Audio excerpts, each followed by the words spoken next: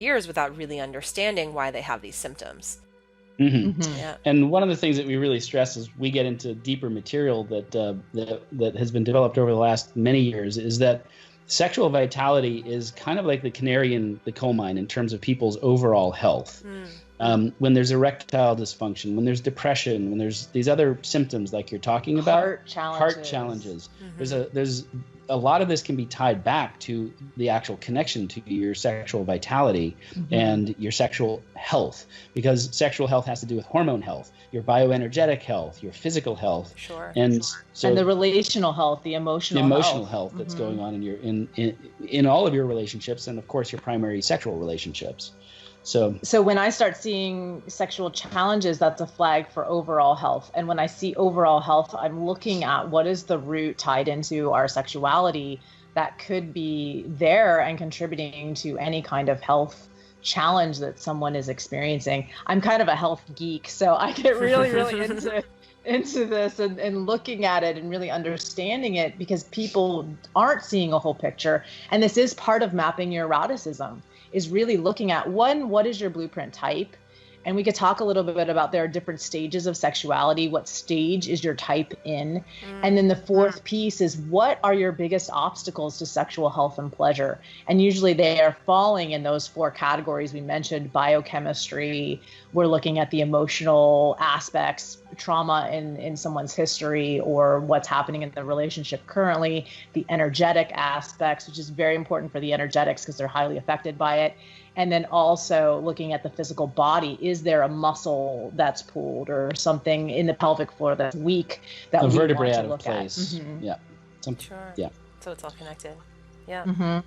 So question about, before we get off the topic of the shapeshifter, because I'm extremely curious to find out what you guys found in your data in terms of how many people are this, because you guys familiar with Gretchen Rubin, the Happiness Project?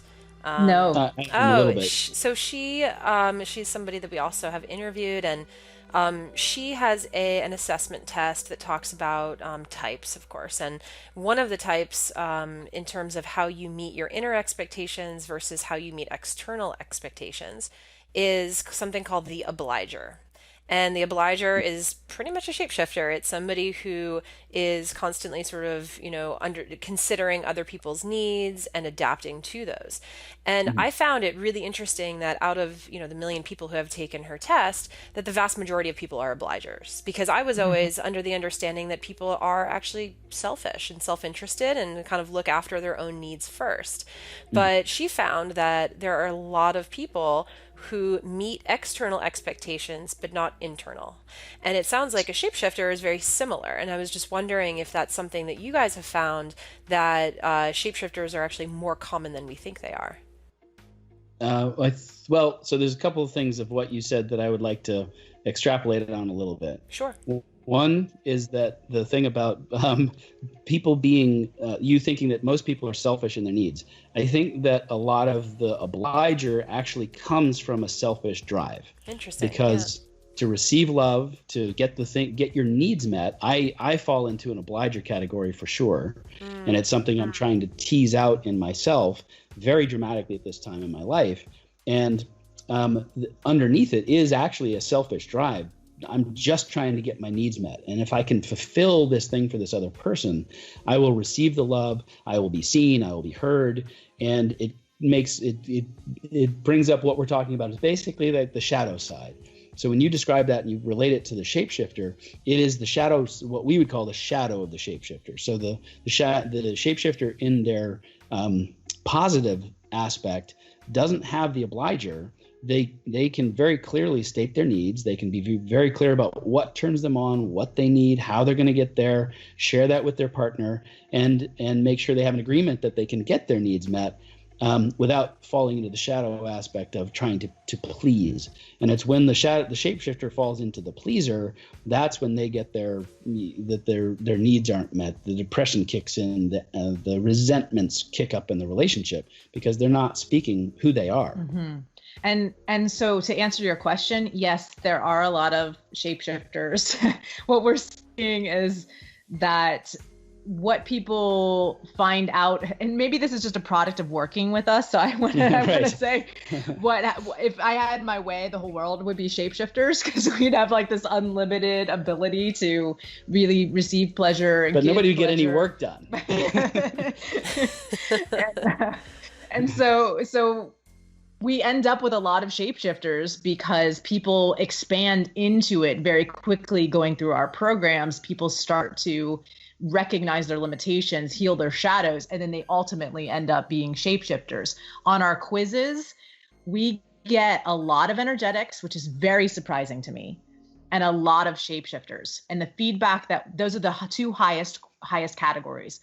A lot of the feedback we get about this is people who are like, I had no idea I was an energetic. I just thought I was weird.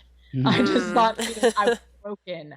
I just thought something was really wrong with me, that I liked these things, and that, I shake when I have an orgasm, or my body shakes when I'm experiencing pleasure, that is weird or wrong, and I've shut that down. Thank you so much. Like, we get people writing to us in tears, recognizing that they're an energetic, or recognizing that their partner was something and that they were another thing, and how that has played out in their relationship. And then the other piece is the shapeshifter. That seems to be our second highest one, and people recognizing that they do need it. And then there's a lot, like, people don't want to be shapeshifters. It's really interesting how many people are like, oh, I really didn't want to get the shapeshifter.